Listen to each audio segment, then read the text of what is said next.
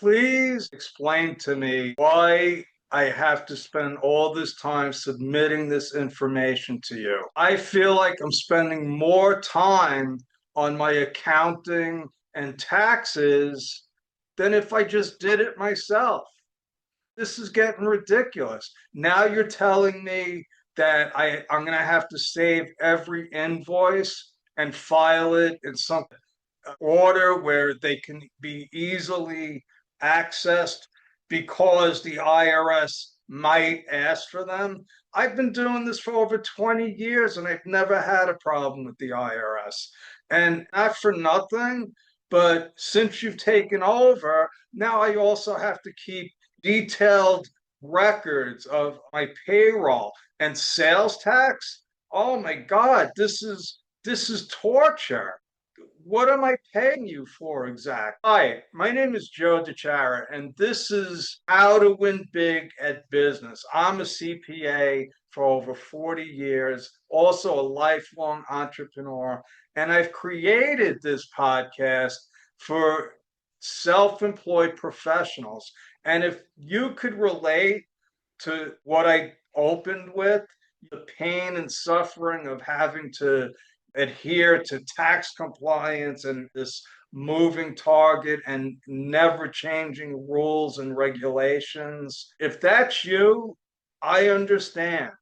I understand. Because believe it or not, I'm subject to the same exact rules and regulations. And I don't like it. I don't like having to take all those invoices from my emails. And then let's be honest, it's like a garbage bag. I'm getting invoices from emails, I'm getting invoices through PayPal, I'm getting paper invoices. It's a job. It's a job and a half. My payroll, I have to keep detailed records for all our employees, W-4, I-9s, W-8 BEN for any foreign workers, all so that I don't have to answer to the IRS or the state government. It's not just the IRS. Sales tax, that's something that I'm not involved with, thank God. As a CPA, we have a service. And as of today, which is June 11th, 2026, professional services aren't subject to sales tax. Now, in my time, I've seen that change. I've seen sometimes it's local, it's not even statewide. I remember when haircuts were not subject to sales tax. And then all of a sudden, if you had a barber shop or a beauty salon in New York City, now you had to start charging sales tax.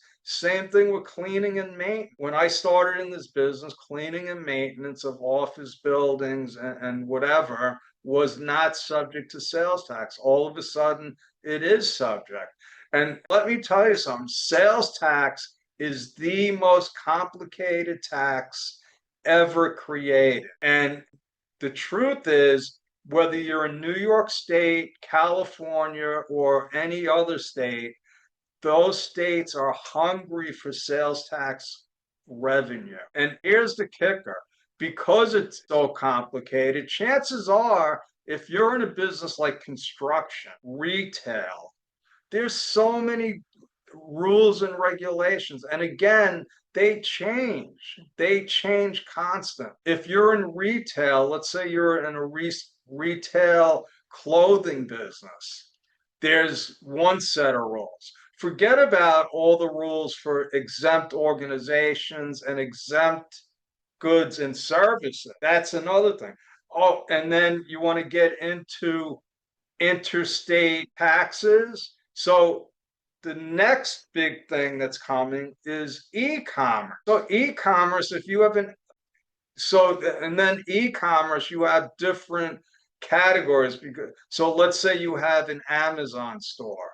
Well, Amazon is what they call a facilitator. Amazon is going to collect and pay the sales tax for you. But let's say you do sales outside of Amazon. And God forbid you're doing sales outside of your state.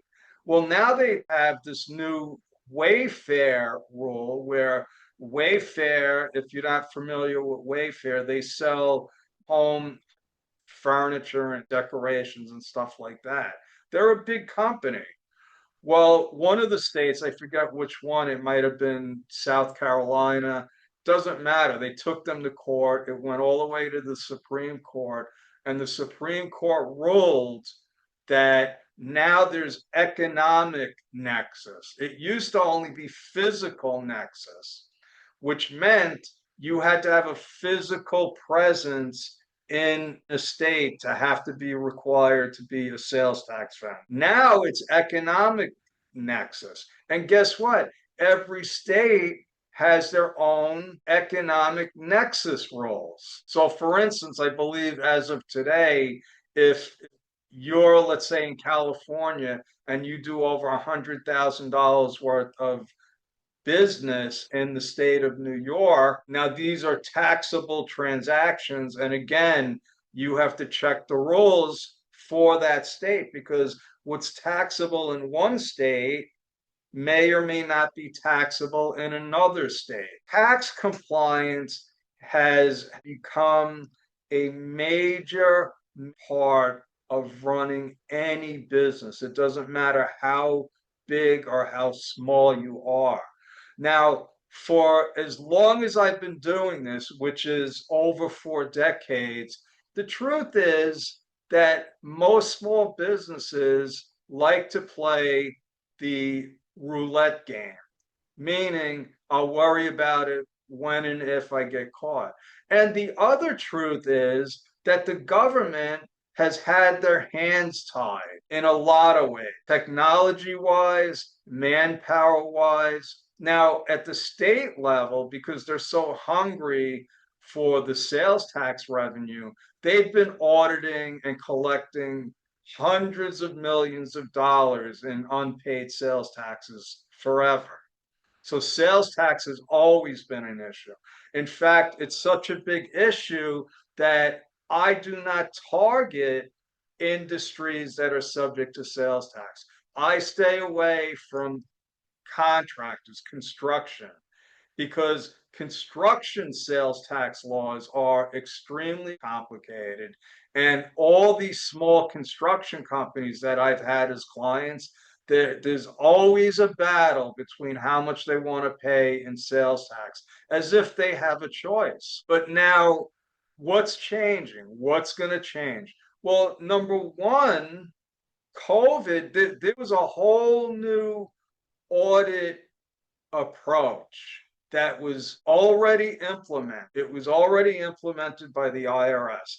And I've talked about this in other podcasts, but I'm going to talk about it again because this is an issue that in the near future, and it could be a year, it could be 2 years from now, but now is the time to start preparing for this, folks. It's the time to actually start adhering to what you agreed to when you decided to become a business owner. And I'll tell you exactly what you agreed to. Because a lot of people don't even know.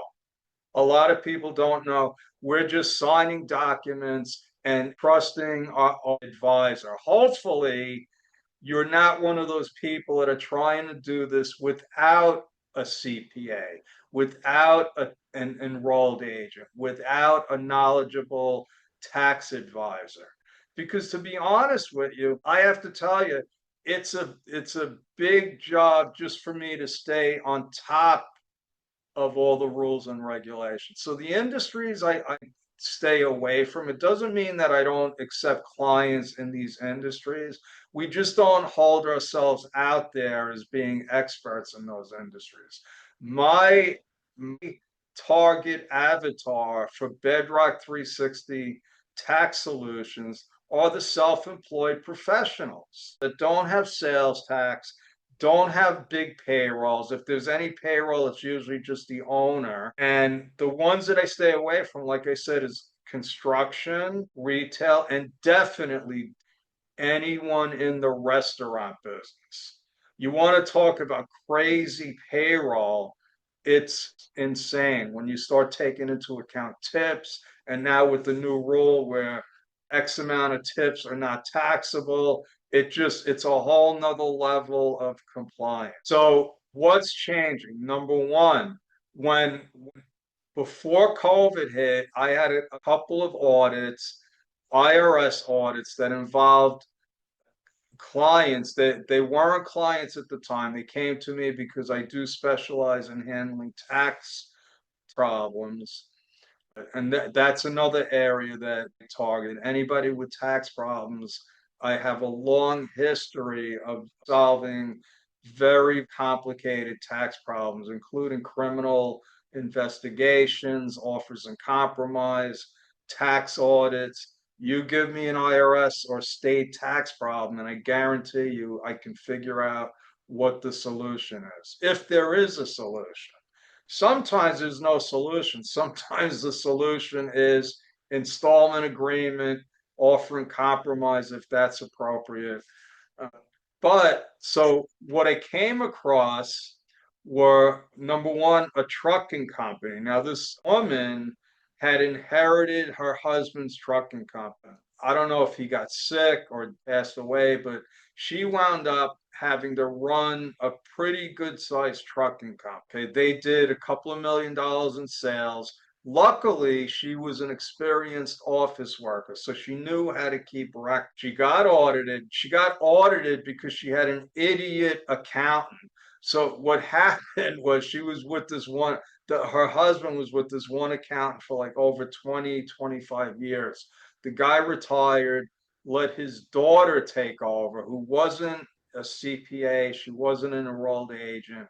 From what I understand, the way she did the return, I don't even know if she worked in the office because she did the return in a way that when I saw the return, I would have said, but if this return doesn't get audited, I would be surprised.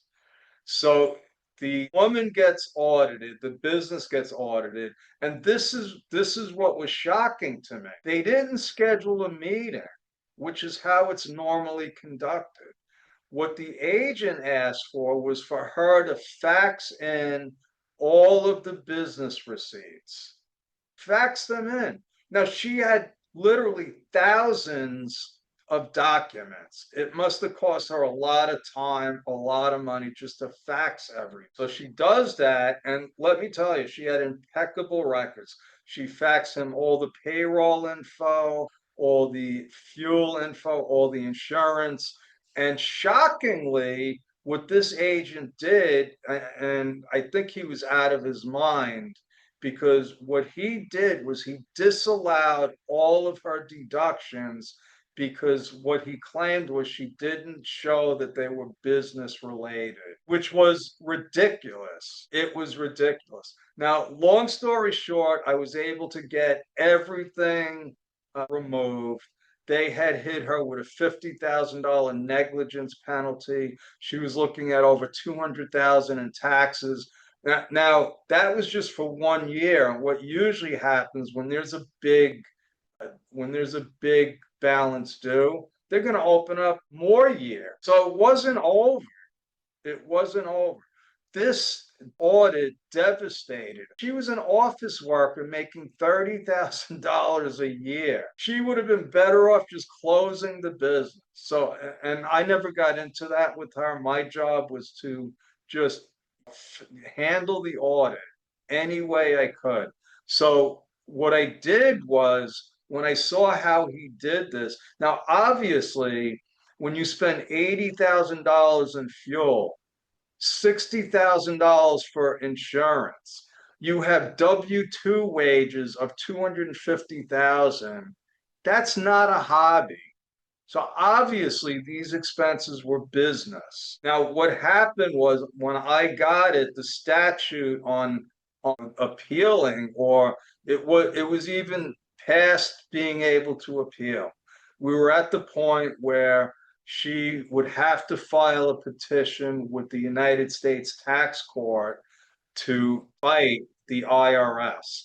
And I've done that in the past. And what I've learned is One, and you don't have to be an attorney, you don't have to be certified by the tax court to file a petition. Anybody could file a petition. And then what my plan was is if it actually went that far, I would have went to court with her and explained to her what to say, what to do. But it never goes that far. My experience is every time you file a petition, the IRS gives you more time to work out a deal. Okay. So anyway, time was running out. I threatened, we had like a week left. I had redone the books because they weren't done correctly.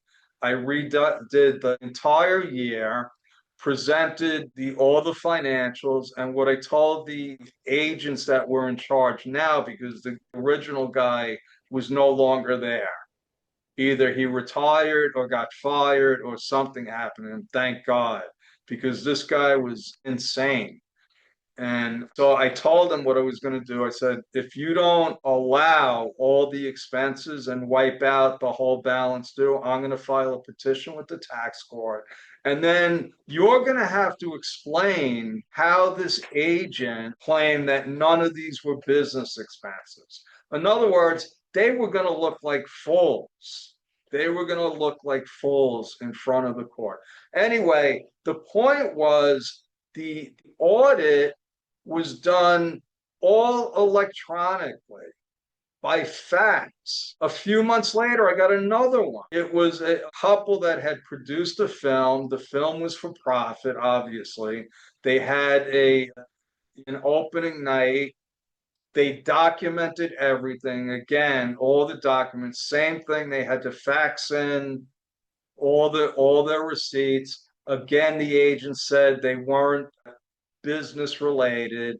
And with that one, all it took was writing a letter saying that section 162 of the Internal Revenue Code that is, it explains what a business expense is, how it's supposed to be documented, and that it has to be ordinary and necessary. So just a simple letter wipe that out. They got a letter saying they re-examined the audit and there's no tax due.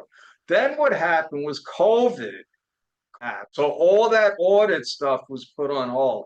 It was all to do for the IRS to be able to answer the phones. Now they had to go remote just like everyone else. It was total chaos, just like everyone else in the country, in the world at that time. When the US government decided to start printing money and they passed all these laws, what they snuck in there was Joe Biden snuck in there that they were going to hire 80,000 IRS agents. They were going to totally revamp and staff the IRS. They passed some other rules with 1099s, and they also passed a rule, I believe, where banks now had to give the IRS information that they never had to give them before. I believe what they're supposed to do now is they're supposed to supply the IRS with anybody that has a business account. Now, why is that important? Because the truth is, there's millions of businesses that open up, let's say, an LLC or a corporation. They get a federal tax ID number. They open up a bank account, so now they can do business. And they actually either never file a return or file an inactive return. And the IRS has no way of knowing if they're actually in business. Fast forward, presidential election, Donald Trump gets elected. Now, it's no secret about Donald Trump's history with the IRS. They've been auditing him for decades, And I believe that he actually filed a lawsuit against the IRS. Donald Trump brings in Elon Musk with that, I forget the name of the government agency, but Elon Musk's job was to eliminate government waste. And Donald Trump probably gave him his stamp of approval. He said, let's get rid of as many people as we can at the IRS. And 25, not only didn't they hire the 80,000 agents whose sole purpose really was to be auditing people and collections, even though the IRS would never admit that. That's what they were actually going to do. So they didn't hire 80,000 people and they actually lost about 25,000 people. So they didn't have enough people to begin with. Then they lost 25,000 people.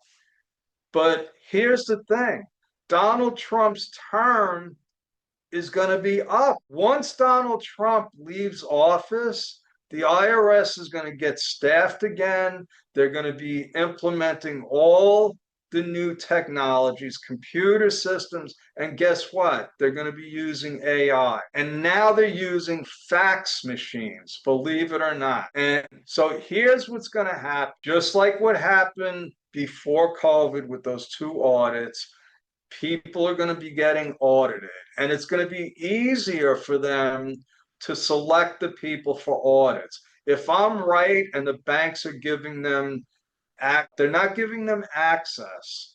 The IRS actually wanted to know any transactions that were being consummated that were over $10,000, and the banks, they flipped out because that was going to cost the banks a lot of money. So I believe that they compromised on the banks giving them the list of all the businesses that have bank accounts. All the IRS has to do is match up those federal ID numbers with the bank accounts and see who's actually filing returns. That's one thing. And it goes on and on. Okay, I want to cut this short because we're going way too long on this. It's a big issue, but let me explain to you what you agreed to when you started your business. Once you apply for a federal ID number, actually, once you start a business, whether you or not, the IRS requires you to keep record. They require you to substantiate every bill that you're paying. You're required to substantiate every deduction on your tax return. Now, there's something called the de minimis rule where anything under $75, you don't necessarily need a receipt, but you do need to record it. And you could record that a number of ways. You can have a petty cash journal, but you got to keep records. It's not an option. A lot of business owners believe that it's an option. That's one thing. Now, on the payroll side, there's a whole issue. And this has been an issue since before I even started in accounting. There's a whole big issue between if somebody's an employee or an independent contractor. Now, there are independent contractors out, but they have to truly be independent. So if you have somebody that's working only for you full time, they're probably not an independent contractor. Now, the business owners have been doing this for forever and getting away with it. And my prediction, if it comes true, tens of millions of business owners are going to be stuck. They're going to have big problems. Because let's face it, politicians don't get elected when they raise taxes. But what they do know is if they just enforce the current laws, they're not raising taxes. They're collecting legitimate taxes that are due. And it's going to be at the federal level, at the state level, and at the local level. Because another thing that's happen is the sharing of information. Believe it or not, the governments, the state, local, and federal governments are fragmented. Their systems don't talk to each other. Anything that was cross-referenced would have to be set up beforehand. So, for instance, if the IRS audits somebody, and this is why that trucking client, it wasn't even close to what she would have owed, if the IRS audits somebody and there's a change in taxable income, they let the state know. So that woman, she was in New York State, so the 200,000 in income taxes she owed, she probably would have owed another 80,000 plus interest and penalties to New York State. It's not like that anymore. They're connected because just like everyone else, the technology cost has gone down. It's gone down to where it's negligible. So this is all, we're pretty much in the George Orwell 1984 stage where the machines are running everything. There's very little human interaction, and that reduces the cost of collection. So the solution is you have to start keeping records. It's painful, but it's not that difficult. What you do, this is how you do it. Number one, you have to create a naming convention. You want electronic records. You don't want paper records. A lot of people are still paper centric. You need to get electronic. If you get paper receipts, which people still do, you're going to learn how to scan them in and create a proper naming convention. What's a naming convention? Something that's going to list the vendor, the date, maybe the category, so that it could be found later. You're going to have a good filing system. Think of a physical filing system. Your electronic filing system should be equivalent, okay? Gathering the info, like I said at the beginning, you're probably getting emails, their invoices, receipts are in your PayPal account, whatever platform you're using. A lot of people are using electronic payment systems, Venmo. If you're paying independent contractors, make sure you get an invoice so you could back that up. Otherwise, the IRS could actually say, this individual, you should have actually been withholding taxes on. So not only will they disallow the deduction, they might hit you for backup withholding. Okay. Another thing is there's a multitude of apps that you can download on your phone that'll easily take a picture of your receipt. A lot of these sync with all the accounting programs. And last but not least, this is what I'm doing. I'm going to set up a project on Claude just to capture all of my receipts. So you could use Claude, you can use OpenAI, you can use Gemini, Copilot. It doesn't matter. Now, the good thing about a program like Claude is all I got to do is upload the receipt and it'll categorize it for me. It'll categorize it by date, vendor, even accounting category. Okay. So that's my story, folks. Protect yourself. If you ever want to reach out to me, if you ever have questions, just go to timewithjoe.com. Be happy to talk to you about your business. And God bless. And I'll see you in the next episode. This was episode number 28 already. 28 of how to win big at business. If you like this episode, follow me, give me a rating on whatever platform you're listening to, and the best is yet to come. Thank you.